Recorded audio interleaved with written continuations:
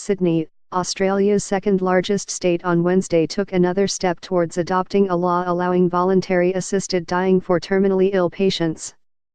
Any resident of Victoria State over 18, with a terminal illness and with less than 6 months to live can request a lethal dose of medication under the new legislation. Assisted dying will remain illegal in Australia's other 5 states. In a vote in Victoria's upper house, 22 of 40 senators supported the legislation. The legislation required amendments to pass the upper house, including having the time frame for eligible patients to access the scheme reduced from 12 months to live to 6 months to live. The amendments must be approved by the lower house before becoming law. The legislation is not expected to be opposed.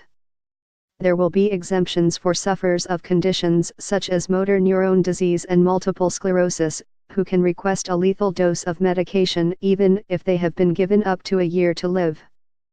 Many countries have legalized euthanasia, including Canada, the Netherlands, Switzerland, and some states in the United States. But Australia's federal government has opposed legalising euthanasia, even though the remote Northern Territory, which does not hold Australian statehood, became the first jurisdiction in the world to do so in 1995. The federal government enacted its own legislation to override the Northern Territory law in 1997 under rules allowed by the Constitution.